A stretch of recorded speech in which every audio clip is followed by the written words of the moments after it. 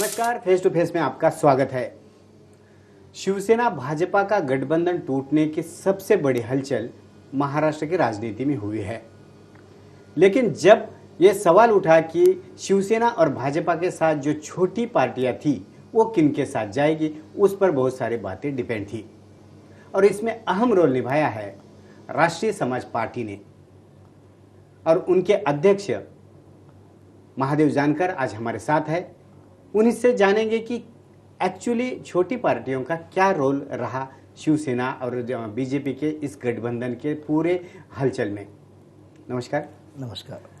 महाराष्ट्र में महायुति का बहुत ही अच्छा माहौल था। ऐसे वक्त में शिवसेना गठबंधन टूटा, फिर भी आपने आखिर तक प्रयास किया कि ये गठबंधन ना टूटे। क्या अंदर की बात थी एक्चुअली, क्या वजह थी? ईगो प्रॉब्लम थे क्या सिर्फ अपनी पार्टी बचाना ये मसला था?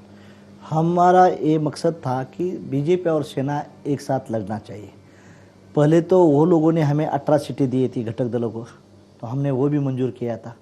लेकिन 151 से नीचे शिवसेना नहीं आ रही थी और 127 से वो आगे नहीं जा रही थी। तो हमने बात दोनों को भी रिक्वेस्ट किया कि भाई हमारे और 4 सीटें कम करो। मैंने खुद उद्धव जी से और देवेंद्र से मुलाकात किया, तो 4 सीटें कम करने के बाद बोले थोड़ी सी चर्चा आगे निकल चुकी।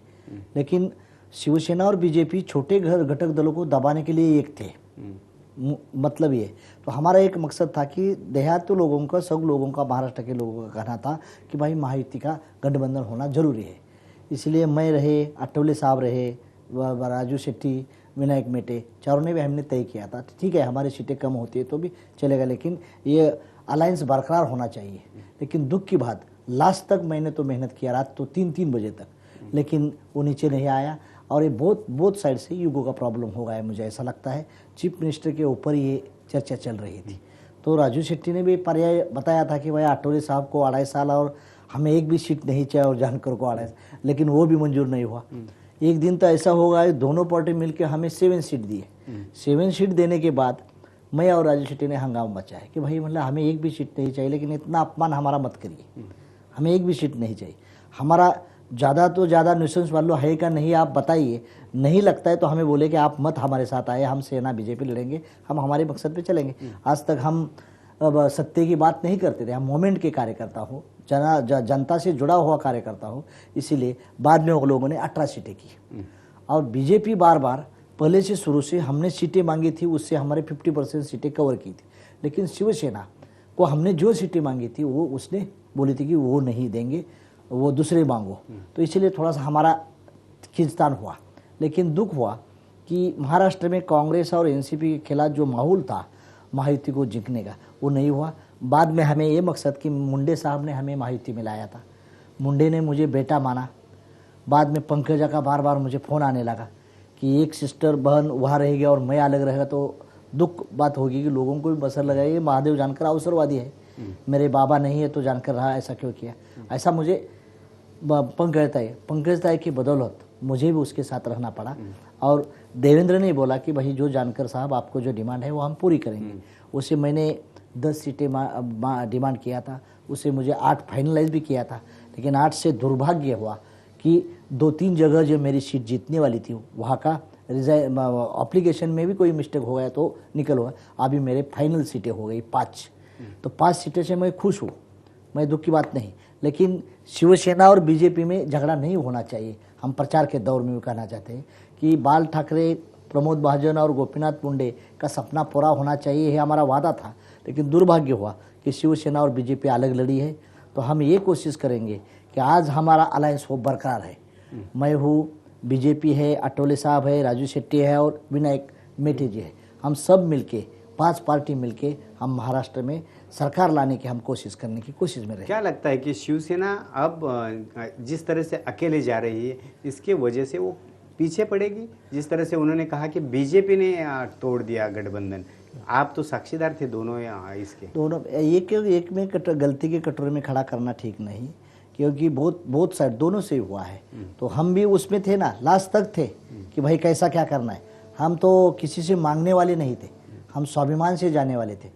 लेकिन ये लोगों ने थोड़ा आगे पीछे नहीं किया, इससे दुख बात हुआ है। लेकिन हमारा ये मकसद है आज भी हमारे साथ शिवसेना नहीं रहेगी, लेकिन गवर्नमेंट के बाद गवर्नमेंट बनने के वो आ सकती है ना, उसका भी आइडियोलॉजी और बीजेपी आइडियोलॉजी एक है। हमारे आइडियोलॉजी शाहू फुले अम्बेडकर के, वो फुलेवाद को लेके आगे हम जाना चाहते हैं।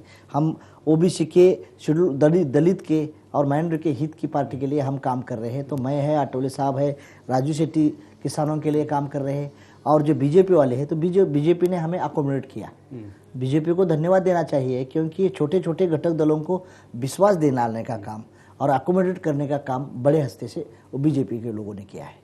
लेकिन जिस तरह से महाराष्ट्र में हमेशा यह प्रचार किया जाता है कि शिवसेना हो या बीजेपी हो, ये सांप्रदायिक पार्टियां हैं, और आप तो हमेशा प्रोग्रेसिव विचारधारा से जुड़े हैं। आपकी पार्टी हमेशा फुले शाहू अम्बेडकर का नाम लेकर राजनीति करती है। कैसे जमता है आपको लगता है ये सही में सांप्रदायिक चेहरा है या नहीं है? नहीं, मुझे तो लगता है साहब, शिवसेना और बीजेपी को बदनाम किया है लोगों ने। जो नाम सांप्रदायिक का लेना चाहते हैं, मतलब सेक्युलर का नाम करते हैं, लेकिन सेक्युलर का काम नहीं आज तक किया। सबसे धोखेबाज कांग्रेस और एनसीपी है। नाम शाहू फुले का अम्बेडकर का लेती है, लेकिन काम खुद के कजिन और बेटी का करना चाहती है। ऐसा तो धोखा देने वाले नहीं, शत्रु ओपन शत्रु हमें चाहिए, ऐसा कुछ नहीं। लेकिन ये कांग्रेस वाले सेक्युलर की बात करते हैं। 65 ईयर्स हो गया, दलितों को क्या हक मिला? बाबा साहब ने संविधान अच्छा लिखा है, who is the law maker and who is the law implementer. संविधान इतना अच्छा लिखा है, लेकिन संविधान हमारे गरीब के लोगों के लिए आज भी हित में क्यों नहीं है? तो कांग्रेस के बदौलत है। लोगों को बोलते हैं कि हम प्रोग्रेसिव है, लेकिन प्रोग्रेसिव नहीं है। कराड़ा और बारामती का विकास होता है और मान खटाव बकास होता है, ये प्रोग्रेसिव है क्या? और शिवसेना बीजेपी को बोलते हैं कि जातिवादी है। मुझे ऐसा लगता है कि बीजेपी जातिवादी नहीं है, इतना जातिवादी नहीं। बीजेपी जातिवादी होती है तो आठवले जैसा शेड्यूल कास्ट के आदमी को राज्यसभा में लिया है, मेरे जैसा एक देहात में रहने वाले लोगों को भी उससे मान सम्मान इज्जत देने की कोशिश किया है, तो वो लोगों को बदनाम किया है। मैं कहना चाहता हूँ कि 65 ईयर्स कांग्रेस का राज है सेंटर में और स्टेट में, तो बम्बई में 2.5 घंटे में जाने का रोल किसने किया? उसका नाम गडकरी है। क्यों नहीं यशवंतराव चौहान, अशोक चौहान, विलासराव देशमुख, पवार साहब है, ये लोगों ने क्यों नहीं किया? ये लोगों ने खुद की शुगर फैक्ट्री, गन्ना मिल का प्रोग्रेस किया, खुद की मार्केट कमेटी की प्रोग्रेस किया, खुद का भूखंड कैसा बढ़ाएगा, खुद का बंगला कैसा बढ़ाएगा, ये कोशिश करने की वो लोगों ने किया है। और आज भी मैं बताना चाहता हूँ कि कृष्णा कोयना सतारा में पैदा होती है, लेकिन आज ही खटाव, मान, कोरेगांव ऐसे तबके हैं कि वहाँ पीने के लिए पानी नहीं। वो पानी सब कर्नाटक को जा रहा है। क्यों जा रहा है? विकास की बात ये लोग करते हैं ना सेक्युलर वाले, तो विकास के नए भकास किया है। कराड़ विकास बारामती का किया है, लेकिन भकास मान खटाव कोरेगांव को करने वाले यही शरद पवार है, यही कांग्रेस वाले हैं। तो हम ये कहना चाहते हैं कि सेक्युलर सांप्रदायिक, हम तो सांप्रदायिक वाले नहीं है, हम तो शाहू फुले अम्बेडकर को मानने वाले हैं। मेरा तो पॉलिटिकल गुरु कांचीराम है, और महाराष्ट्र में मुझे ये लिफ्ट मिलने का काम तो गोपीनाथ मुंडे के बदौलत हुआ है। मैं तो छोटा कार्यकर्ता हूँ, मैं बड़ा नहीं, लेकिन बीजेपी को कटोरे में खड़ा करना ये गलत बात है। मैं एक एग्जाम्पल देना चाहता हूँ कि बीजेपी के लोगों ने बाबा साहेब आम्बेडकर के यूनिवर्सिटी को, जब Gopinath Munde defence home minister थे और इकोनॉमिक्स फाइनेंस मिनिस्टर थे, तब सबसे ज़्यादा फंड आम्बेडकर यूनिवर्सिटी को उसने ही दिया था। तो ये सोचना चाहिए, ये लोग दलित ओबीसी के हित की बात करते हैं और करके दिखाते हैं। भटके मुक्ता का मंत्रालय किसके कालकार हुआ? तो बीजेपी के काल में हुआ ना। अन्ना भाऊ साठे का जो स्टैचू था बनाया था वो बीजेपी के काल में किया। अहिल्याबाई होलकर का जीर्णोद्धार किया वो बीजेपी के काल में किया। तो ये लोगों को, और कृष्णा खोरे जिस कॉन्स्टिट्यूंसी में बिलोंग करता हूँ, वहाँ हमारे इलाके में पानी पीने के लिए वहाँ कृष्णा खोरे की पैदाइश किसकी है? तो शिवसेना बीजेपी के बदौलत है। कांग्रेस वाले खाली विकास की बातें करते हैं, सेक्युलर की बातें, और मोमेंट और पॉलिटिक्स अलग है। मेरा मोमेंट शाहू फुले अम्बेडकर और पॉलिटिक्स मेरा बीजेपी के साथ चल रहा है। जिस तरह से हमेशा आप लड़े हैं शरद पवार इनके खिलाफ, भले वो माड़ा से चुनाव लड़े हो या आप बारामती से आपने चुनाव लड़ा हो, क्या वजह है? शरद पवार के विरोधक आप हमेशा रहे, क्या उसके पीछे लॉजिक है? साहब, मैं ये बताना चाहता हूँ कि पर्सनली मेरा और पवार साहब का कोई दुश्मन नहीं है। मैं 2 बार नहीं तो 4 बार लड़ा है। अशोक चौहान के पिताजी के पार्लियामेंट्री सीट से ही मैं पहली बार लड़ा है। वसंतराव दादा पाटिल चीफ मिनिस्टर थे, उसके सांगली पार्लियामेंट्री सीट से लड़ा है। और 3rd पवार साहब के खिलाफ माड़ा से मैं लड़ा है, और 4th बारामती से पवार साहब की बेटी के घर। 4 टाइम मैं MP का ही इलेक्शन लड़ा है। तो मैंने क्यों किया है? यशवंतराव चौहान रहे, वसंतराव दादा, शंकरराव चौहान और पवार साहब के खिलाफ क्यों कर रहे हो? तो ये लोगों ने नाम शाह फुले अम्बेडकर लिया है, लेकिन काम खाली आपके बेटे का, लड़की का और दामाद का काम करने का कोशिश ये 4 चीफ मिनिस्टर ने किया है। लोगों को मैं बताना चाहता हूँ, अम्बेडकर की अम्बेडकरवादी पार्टी बड़ी क्यों नहीं हुई? आरपीआई को क्यों बड़ी नहीं हुई? आरपीआई सबसे बड़ी, मैं पैदा ही नहीं था तब उसके एमपी थे, एमएलए थे, लेकिन मैं पैदा होते हुए तो मेरे पार्टी को सिंबल मिलता है, लेकिन आरपीआई को सिंबल नहीं। ये बदौलत किसके है? ये 4 चीफ मिनिस्टर की बदौलत है। दलितों को एक को मिनिस्टर किया, कहो हमारा मिनिस्टर बन गया, लेकिन दल नहीं, घर नहीं। जिस बाबा साहब ने संघर्ष करके ये घर बनाया था, ये घर उजाड़ने का पाप ये लोगों ने किया है, उसका बदला लेने की कोशिश मैं कर रहा हूँ। मैं जिस समाज से पैदा हुआ है वो अनपढ़ समाज है, उसको मालूम भी नहीं थे दल क्या होता है। जिस समाज का दल है उस समाज का बल है। हम बेदखल आदमी हैं, इसीलिए हमें दल बनाना पड़ा। ये लोगों ने क्या किया, हर कम्युनिटी का, भुजबल साहब हमारे नेता है, शेंडगे साहब हमारे नेता है, आठवले साहब हमारे नेता है, 3 को खड़ा करके ऊपर पवार का बंगला खड़ा करने का काम यही लोगों ने किया है। तो हम कांग्रेस और एनसीपी को ये बताना चाहते हैं, एक एक मिनिस्टर से काम नहीं चलेगा। डिसीजन मेकिंग में कौन है हमारा? कौन ओबीसी का डिसीजन मेकिंग में महाराष्ट्र में? कौन दलित का मुझे बताइए? कौन मुस्लिम का है? कि महाराष्ट्र में 5 लोग डिसीजन मेकिंग में होते हैं, उसमें कुछ नहीं। तो हमें डिसीजन मेकिंग में एंट्री करना है, ये हमारा उसके साथ झगड़ा है। डिसीजन मेकिंग मिनिस्टर बनने से नहीं बनता, मिनिस्टर किसको करना है इसके यादी में हमारे कौन लोग हैं, ये सोचने के लिए हम ये काम करें। इसलिए मैंने राष्ट्रीय समाज पार्टी बनाई है। और ये पवार साहब पर्सनली मेरे दुश्मन नहीं है, लेकिन जो आइडियोलॉजी लेके शाह फुले का काम करते हैं, लेकिन ये लोगों को खत्म करने का आइडियोलॉजी वो अपनाते हैं, इसीलिए उसके खिलाफ हम लड़ रहे हैं। लेकिन जिस तरह से आपने माहौल बना है महाराष्ट्र के रूरल एरिया में जाके, मुंडे साहब नहीं रहे हैं अभी। मुंडे साहब होने की वजह से पार्टी को, आपके पार्टी को भी बूस्ट मिला था, क्योंकि चर्चा में आपकी पार्टी आई थी। क्या लग रहा है, अगर मुंडे साहब होते तो ये गठबंधन नहीं टूटता? मुंडे साहब नहीं होते तो गठबंधन टूटता नहीं था। मुंडे साहब जब पार्लियामेंट का इलेक्शन था तब हमारी मीटिंग थी, मेरा झगड़ा लग रहा था, मेरा और राजू शेट्टी का। अटल साहब बैठे थे, उद्धव जी थे और मुंडे साहब आए। मुंडे साहब ने मेरा कान पकड़ के बोले, मुझे बेटा नहीं, तू मेरा बेटा है, तो मैं बताना चाहता हूँ कि तुम माड़ा छोड़कर बारामती लड़ना है। तो मैंने उसको कुछ नहीं बोला। उद्धव जी बोले मानेगा नहीं, तो उद्धव जी बोले ठीक है, मुंडे साहब बोल रहे हैं तो मैं माड़ा में जा रहा हूँ। मतलब मुंडे साहब 5 मिनट के अंदर झगड़ा मिटा देते थे और हम उसके ऊपर भरोसा रखते थे। अभी किसी के ऊपर भरोसा रखेंगे? अटोले साहब को जब मिनिस्टर राज्यसभा के मेंबर बनाए थे, वादा किया था शिवसेना ने, पूरा किया बीजेपी ने। बीजेपी ने मुझे मुंडे साहब ने, तो मुंडे साहब को हमने रिक्वेस्ट किया कि भाई किसी हालत वो आदमी को राज्यसभा, तो मुंडे साहब ने जाके करके दिखाया। तो अभी किसके पास, तो अभी देवेंद्र अच्छा काम कर रहा है, देवेंद्र वही रोल अच्छा निभा रहा है। तो देवेंद्र के साथ हमने भरोसा किया, भैया हम आ रहे हैं, लेकिन हमें विश्वास देने वाला आदमी कोई तो चाहिए। मतलब कोई भी, जब कोई पार्टी रहती है अलायंस करते हैं तो किसके भरोसे पर करेंगे? तो उसने बोला कि भाई मैं, जिसने होता है पंकज दाई, मुंडे और देवेंद्र बोले कि हम आपके साथ रहेंगे, जो कुछ है तो कोई प्रॉब्लम आपको बताइए, हम ही करेंगे। और मुझे अच्छा लगता है कि जब कभी भी फ़ोन करेगा, दिन में 2-3 बार देवेंद्र फ़ोन करता है। पंकज दाई तो मेरी हमेशा बात होती है। तो थोड़ा भरोसा भी चाहिए ना, हम मोमेंट के आदमी हैं, हम सत्ता के लालच के पीछे घूमने वाले लोग नहीं है। हमारा भी दल बड़ा होना चाहिए, उसका बंगला है, लेकिन हमारा ये झोपड़ी ठीक रहना चाहिए। इसलिए मैंने बोला कि भाई हमारा कप सॉसर सिंबल भी मुझे मिला है। वो बोल रहे थे, मैं जब कमल पे लड़ता था तो मैं अभी एमपी बनता था। मुंडे साहब और गडकरी साहब ने मुझे ये बार बार रिक्वेस्ट किया था, लेकिन मैंने माना नहीं। लेकिन अभी हार होते हुए मैं मान रहा हूँ कि मैंने मेरा मजबूती से सिंबल तो रखा मेरे पास। आज कप सॉसर मुझे सिंबल तो मिल गया, मेरी झोपड़ी तो अच्छी रखी। तो इसीलिए मैंने बोला कि भाई जो सीटें, मुझे कम सीटें दे दो, लेकिन मेरे सिंबल से, मेरे ईबी फॉर्म से वो सीटें लड़ेंगी। तो अभी मुझे 5 सीटें कन्फर्म हो चुकी है। वैसा तो ज़्यादा दिया था, लेकिन दुर्भाग्य की बात है कि ये टेक्निकल मिस्टेक से फॉर्म, लेकिन अभी भी आपको विश्वास है बीजेपी पर? क्योंकि जिस तरह से चुनाव के दौरान, लोकसभा के चुनाव के दौरान आपके जब बहुत ही अच्छा माहौल बन गया था कि आप शरद पवार की बेटी सुप्रिया सुले को भी हराएंगे, ऐसा माहौल बना था, लेकिन मोदी जी ने एक भी पब्लिक मीटिंग आपके उस प्रचार दौरान नहीं ली। तो क्या बीजेपी का अंदरूनी कुछ अलग चल रहा है? अभी लोकसभा की बात अलग है, अभी विधानसभा, कल ही मेरी अमित शाह साहब से बात हुई, तो अमित साहब ने खुद बोला कि जानकर जी जहाँ राष्ट्रीय समाज पार्टी के कैंडिडेट है वहाँ खुद मोदी जा रहे हैं। तो मैं ये कहना चाहता हूँ कि मोदी साहब ने बोले कि भाई, हमने बोला कि भाई आप कमल के लिए आएंगे खाली, तो कब सौसर के लिए भी आना चाहिए, हम घटक दल है। तो उसने वादा किया कि भाई हम घटक दल के लिए आएंगे।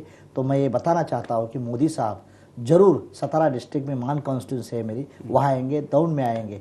जो मेरी सीटें हैं सब जगह तो नहीं आएंगे, लेकिन 1-2-3 जगह जरूर आएंगे, ऐसा कुछ नहीं। और सेंटर के मिनिस्टर, कल एग्रीकल्चर मिनिस्टर आए हैं सर, हर 2-4 मिनिस्टर हर कॉन्स्टिट्यूंसी में सेंटर के आ रहे हैं। लेकिन जिस तरह से रिपब्लिकन पार्टी के नेता जो आठवले थे, उनको भी वर्ड दिया था कि उनको मिनिस्ट्री में लिया जाएगा, वर्ड नहीं एक्चुअली व्यवहार में दिखा गया, कैबिनेट मिनिस्टर वो नहीं बने। तो क्या लगता है कि आप को जो वर्ड दिए है, आपको जो वादा किया है, वो वादा निभाया जाएगा सत्ता में आने के बाद? अभी क्या है कि महाराष्ट्र में हमारे भी MLA जीत के आएंगे, तो उसको वादा निभाने पड़ेगा। वादा नहीं मिला निभाएंगे तो उसका पश्चाताप उसको ही होने लगेगा ना। लेकिन अभी बात करने की जरूरत नहीं, अभी तो वादा निभाने की कोशिश कर रहे हैं, हम अलायंस में है। हमारा पहला मकसद है कि महाराष्ट्र में कांग्रेस और एनसीपी की गवर्नमेंट हटाना, और पहला बीजेपी ओरिएंटेड जो हमारी राष्ट्रीय समाज पार्टी है, रिपब्लिकन पार्टी है, स्वाभिमानी शेतकरी संगठन और शिव संग्राम की गवर्नमेंट फॉर्म होना। जब हमारे विधायक ज्यादा आएंगे तो उसको मजबूरन होकर हमें लेना ही पड़ेगा ना। हमें बगल रख के वो गवर्नमेंट नहीं चला सकते। लोगों को लगेगा यार भाई उसके ऊपर अन्याय कर रहे हैं, तो बीजेपी ऐसी नहीं करेगी, ऐसा मुझे भरोसा है। और जो आठवले साहब को वादा वो लोगों ने किया है वो भी पूरा एक्सपांशन में हो जाएगा, ऐसा कुछ नहीं होगा। क्या वादा किया है आपको कि सत्ता में कितना हिस्सा देंगे आपको? हमें बोले कि भाई महाराष्ट्र में जो पावर आएगी तब अच्छी तरह से पोजीशन मिलेगी। पुरानी राज्यसभा की सीट है तो वो मिलने वाली है, ऐसा कुछ नहीं। और अभी 5 सीटें दिया है, 5 सीटें में कोई तो मिनिस्ट्री मिलेगी, एक 2 MLC मिलेगी और महामंडल भी मिल जाएगा, कारपोरेशन मिल जाएगा, ऐसा कुछ नहीं। इस पर भरोसा है कि राष्ट्रीय समाज पार्टी के जितने भी वादे किए उनके साथ वो पूरी तरह से निभाए जाएंगे? वो निभाएंगे देवेंद्र और बीजेपी वाले लोग निभाएंगे, क्योंकि आगे भी उसको एक इलेक्शन से काम नहीं चलेगा ना, लॉन्ग रूट मूवमेंट है। तो उसको जरूरत लगेगी तो बोले भाई महादेव जानकर के और पार्टी की जरूरत है, तो मुझे ये नहीं करेंगे, नुकसान नहीं पहुंचाएंगे। और मुझे ज़्यादा तो भरोसा मेरा पंकज ताई मुंडे और देवेंद्र के ऊपर है, वो दोनों लोग हमारी कमान अच्छी तरह से निभाएंगे, उसमें कोई ये नहीं लगता। लेकिन आप जिस सूखा ग्रस्त इलाके को रिप्रेजेंट करते हैं, क्या उनको इतने सालों से हमेशा अनदेखा किया गया राष्ट्रवादी कांग्रेस पार्टी? ये बदौलत पवार साहब की देन है। हम जिस ड्राई एरिया में रहते हैं, पहला MLA सतारा में मान का पवार साहब का दिया था, यस कांग्रेस का, और दूसरा पाटन का था विक्रम सिंह पाट। 2 MLA यस कांग्रेस के पवार साहब के। तब पवार साहब बड़े बड़े वादे करते थे कि भाई मैं सूखा मैं ये करूँगा, ड्राई को ख़त्म करूँगा, लेकिन ये लोगों की नीयत वो सही नहीं है। मंगलवेड़ा है, जत है, अटपाड़ी है, मान है, खटाव है, ऐसे कैसे तहसील है कि वहाँ आज ही पानी पीने के मजबूर है। तो इसकी देन पवार साहब और कांग्रेस वाले लोग हैं। कांग्रेस वालों की नीयत और NCP की नीयत सही होती तो वहाँ इंडस्ट्रियल प्लॉट बन सकते थे। मैं अभी वादा करना चाहता हूँ कि हम वादा नहीं करूँगा, करके दिखाऊंगा, क्योंकि सेंटर में हमारी गवर्नमेंट है और स्टेट में भी हमारी गवर्नमेंट आएगी, तब सब इंडस्ट्रियल सेक्टर बड़े बड़े उद्योग धंधे हैं तो हम वहाँ इलाके में लेने की कोशिश करेंगे। मेरा ये मकसद चल रहा है कि रेल भी कैसी वो इलाके से जाएंगी, रेल के बारे में भी ट्राई कर रहा हो कि वहाँ एरिया से रेल जाएगी तो डायरेक्ट दिल्ली कनेक्शन रहेगा, तो लोगों को रोज़गार मिलेगा, वो लोगों का अच्छा होगा। और पानी के बारे में हम ये प्लान बना रहे हैं कि कृष्णा का पानी जो कर्नाटक में ज़्यादा जा रहा है, कृष्णा रिवर का पानी जा रहा है, उसको भी डैम बना के जो ड्राई एरिया है उसको कैसा जल्दी से जल्द, नदी हम कम नहीं पड़ने देंगे, क्योंकि मोदी अभी दिल्ली की चाबी हमारे हाथ में है और स्टेट की भी चाबी आएगी, तो हम करके दिखाएंगे कि किसी के बारामती और कराड़ का दुश्वास नहीं करेंगे, उससे ही बेहतरीन कैसा कर सकते हैं वो हम प्लान बनाएंगे। ये लोगों की नीयत हमारे इलाके में सही नहीं, इसीलिए पवार साहब का हमारा जमता नहीं। लेकिन वादे तो बहुत निभाए हैं, ऐसा दावा मुख्यमंत्री पृथ्वीराज चौहान कर रहे हैं। कांग्रेस ने बहुत अच्छा काम किया है, ऐसा उनका मानना है, और वही प्रचार कर लेकर वो लोगों के सामने जा रहे हैं। सही में पृथ्वीराज चौहान के कार्यकाल में ज़्यादा काम हुआ है? बिल्कुल नहीं, अभी भी 18 घंटे लोड शेडिंग है वहाँ इलाके में। अभी भी मैं कभी कभी जाता हूँ तो पहला मैं स्कूटर में घूमता, अभी चॉपर में घूम, परसों ही जाके आया है, तो कभी पानी नहीं नज़र में आया था। जिस हालात से मैं पैदाश था वही इलाका नज़र आ रहा है। कहीं गन्ने का फैक्ट्री कहीं मतलब लगा नहीं, कोई इतना बड़ा बड़ा प्रोजेक्ट नहीं है। पृथ्वीराज बाबा हमारे इलाके में बोलते हैं कि मैंने इतना डेवलपमेंट किया है। कितने अदानी, वेणुगोपाल धूत, ये रिलायंस वाले इंडस्ट्रियल प्रोजेक्ट कितने खड़े किए हैं? तो कोई नहीं, नज़र में भी नहीं आ रहे। तो मैं क्या किया है, क्या बंदारे बांधने की कोशिश किया है वो लोगों ने, लेकिन ये इतना बड़ा काम नहीं है। मतलब छोटे छोटे बंदारे बना के उसने पैसा भी खाया है, वो भी लपड़ा किया है, लेकिन थोड़ा सा, लेकिन उससे डेवलपमेंट नहीं होगा। जब चीफ मिनिस्टर है, कृष्णा रिवर जो करार सांगली से निकल जाती है, वहाँ थोड़ा सा आगे करते तो सीधा पंढरपुर में निकल सकती थी, लेकिन वो नहीं ना काम उसने किया। छोटा छोटा काम करने का कोशिश किया है, बड़ा काम करने का दिल में उसमें खोट है। तो हम बताना चाहते हैं कि सुखा एरिया में जो डेवलपमेंट होनी चाहिए थी। सांगोला की क्या पोजीशन है अभी? सांगोला को भी पानी पीने के लिए नहीं। जत को खाली भूमि पूजन करने का दावा करने चाहते हैं। ये नाटक ड्रामाबाजी है इलेक्शन के वक्त। तो हम बोलना चाहते हैं कि फंड का कितना दिया है उसने, पृथ्वीराज चौहान ने सुखा इलाके को, क्या क्या प्रोजेक्ट किया? सेंटर में आपकी गवर्नमेंट थी, आप सेंटर में मिनिस्टर थे, तब रेल का प्रोजेक्ट क्यों नहीं दिया? एयरपोर्ट के बारे में भी आपका जो एक एयरपोर्ट फलटन का था वो भी हटा दिया और बारामती में लेके गए। एयरपोर्ट का बंदोबस्त नहीं, क्या डेवलपमेंट क्या किया है? तो डेवलपमेंट की बात पृथ्वीराज चौहान ने नहीं बोलनी चाहिए। हमें मालूम है डेवलपमेंट क्या किया है क्या नहीं है। लेकिन जिस तरह से विदर्भ की बात करते हैं बीजेपी के नेता, बहुत सारा बार एनसीपी ने भी आरोप लगाया है कि जिस तरह से विदर्भ के लिए जो फंड्स है वो देने के लिए ज़्यादा आक्रामक रहे बीजेपी, और उसी के साथ उन्होंने पश्चिम महाराष्ट्र में आपकी जो जिस आपकी पार्टी ड्रॉट पोन एरिया में है वहाँ फंड देने का हमेशा विरोध करने के कारण वो पिछड़ा रहा, ऐसा इनका आरोप है एनसीपी का। नहीं, मैं क्या कहना चाहता हूँ कि रोल कौन चल रहा है? पश्चिम महाराष्ट्र के लोगों की गवर्नमेंट चला रही है, रन कौन कर रहे हैं? सेंटर में वेस्टर्न महाराष्ट्र के लीडर का ही रन था और महाराष्ट्र में वो लोग अपोजिट पार्टी में थे, तो उसके ऊपर इल्ज़ाम लगाना गलत है। हम ये कहना चाहते हैं कि अभी बोलते हैं आप कि वो लोगों ने अपोज किया है, लेकिन कृष्णा खोरे किसने किया? वही बीजेपी के रोल में हुआ ना। और जो प्रधान ग्राम सड़क योजना है अटल जी के कार्यकाल में ही हुआ ना। तब ये लोगों ने बजट को, हमारा मकसद है कि मराठवाड़ा भी विकास होना चाहिए, डेवलपमेंट होना चाहिए, विदर्भ का ही होना चाहिए, वेस्टर्न महाराष्ट्र। लेकिन वेस्टर्न महाराष्ट्र के आज तक राज करने वाले कौन थे? उसको क्यों नहीं किया? वसंतदादा कहाँ के थे? विदर्भ थे। यशवंतराव चौहान कहाँ के थे? शरद पवार कहाँ के थे? अपने भोसले जो सतारा के थे वो कहाँ के थे? ये सब चीफ मिनिस्टर यहाँ के थे। वो लोगों ने खुद की संस्थानें बड़ी की, लेकिन वो ड्रॉट के सेक्शन का विकास नहीं किया। बीजेपी ने गलत नहीं किया, अभी हम उसके साथ है। हम बताइए, हमें बताओ कि कौन बीजेपी वाला अपोज कर रहा है, हमारे ड्रॉट के लिए पैसा नहीं दे रहा है, तो हम देखेंगे ना। लेकिन ये इलेक्शन के वक्त बदनाम करने का साजिश ये आपके आर पाटिल की चल रही है। आर पाटिल तो पोपट है, बात तो बड़ी करता है, शाहू फुले अम्बेडकर, लेकिन सबसे कास्टिस्ट वो लोग हैं। एनसीपी वाले सबसे कास्टिस्ट लोग हैं। तो बीजेपी वाले को ऊपर हम इल्ज़ाम लगाना गलत है। ऐसा कुछ नहीं। हमारे इलाके का डेवलपमेंट बजट के बारे में बोले, परसों मैं गडकरी साहब को बोला था कि 4 लाइन्स लोन रेंस जेजूरी पंढरपुर मालसरस होना चाहिए, तो ग्रांट मिल गई, हमें पैसा भी दे दिया। एक फ़ोन से इतना ग्रांट मिल सकती है, तो वो लोगों के मन में कुछ ऐसा खोट नहीं है। लेकिन ये लोग बदनाम करते हैं कि भाई बीजेपी कौन है? हायर कास्ट कम्युनिटी, और हम है ना उसके साथ। आप भी कौन क्या करते हैं? बात बहुजन की करते, काम किसका करते हैं? हमें मालूम नहीं का। भुजबल साहब की कोई गलती नहीं होती, उसको चीफ मिनिस्टर से क्यों हटा दिया? मैं ये सवाल पवार साहब को पूछना चाहता हूँ। पवार साहब, गलत छगन भुजबल की क्या गलती थी? उसको क्यों हटा दिया? और आपके कजिन को क्यों उसको नॉमिनेट करने की कोशिश किया? तो ये लोगों की बात अलग है, सोचने का अलग है और करने का अलग है।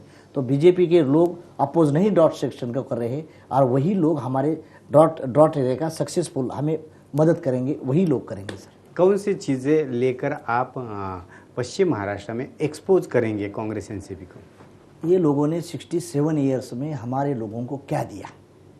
मान सम्मान इज्जत हमें मिली।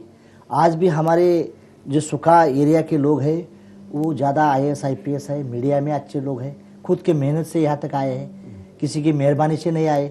लेकिन हमें बताना चाहेंगे कि भाई हम ये पवार साहब के पीछे रहे तो हमारी गलती हुई है। पवार साहब ने हमें आज तक पानी ही नहीं दिया, तो क्या ये आदमी ने क्या किया, किसको मदद किया है, ये बताएंगे। और खुद का घर डायनामिक्स बड़ा इंडस्ट्री सेक्टर बढ़ रही है, और खुद का बेटी और लड़के कजिन है उसके ऊपर ही उसने कंसंट्रेशन किया है। और घरानेशाही के बदौलत हम ज़्यादा बोलेंगे भ्रष्टाचार, इरिगेशन के बारे, लोड शेडिंग के बारे। ये लोड शेडिंग के बोले तो कंप्लीट करने वाले थे, लोड शेडिंग नहीं कंप्लीट किया। और भ्रष्टाचार तो इतना सिंचन में किया है कि बोलने की जरूरत नहीं। सिंचन में रियल काम होता था तो हमारा ड्रॉट एरिया था तो उसको अभी पानी मिलता तो हमारे लोग बम्बई पुणे जाने की जरूरत नहीं थी, वह हमारी खेती से अच्छा ये करता था। लेकिन ये लोगों की नीयत ये है कि हमारे गन्ना को कटवाने के लिए ये लोग ऐसा ही रहना चाहिए ये लोगों में, लेकिन उसको मालूम नहीं। आज हमारे IAS ऑफिसर IPS जो टॉप से मीडिया में हमारे इलाके ही लोग लड़के ज़्यादा है, तो हम गन्ना कटवाने के लिए नहीं जाएंगे, उसका ब्रेन कटवाने के लिए हमारे लोग काम पे आएंगे। क्या आखिरी सवाल की, क्या अगर सत्ता में कम ज़्यादा होता है तो फिर आप पहल करेंगे कि बीजेपी और सेना एक साथ हो? कई दिन के बाद सब सपोज गवर्नमेंट बनने के लिए कम पड़ेंगे तो हम रिक्वेस्ट करेंगे शिवसेना को जाके, भाई पुराने आप तो 25 साल के थे, कोई गलती होती रहती है पॉलिटिक्स में आगे पीछे, लेकिन कांग्रेस और एनसीपी के खिलाफ हम जम कर लड़ेंगे। और बाद में कम पड़े सीटें तो उद्धव जी को हम रिक्वेस्ट करेंगे, बीजेपी वाले को रिक्वेस्ट करेंगे कि भाई उसको भी लेके हम गवर्नमेंट फॉर्म कर सकते हैं। बिल्कुल, ये थे महादेव जानकर, राष्ट्रीय समाज पार्टी के नेता। उन्होंने साफ कर दिया है कि गलतियां शिवसेना के तरफ से हुई है, इसी वजह से ये गठबंधन महायुति का टूटा है। लेकिन अगर सत्ता में ज़रूरत पड़ी मदद लेने की तो शिवसेना की ही लेंगे, ना कि कांग्रेस एनसीपी या तो दूसरे पार्टी की लेंगे। और आने वाले दिनों में कांग्रेस एनसीपी की सरकार को खदेड़ के अपनी सरकार बनाने में वो कामयाब होंगे। आज के लिए बस इतना ही, फिर मिलेंगे एक नए शख्सियत के साथ।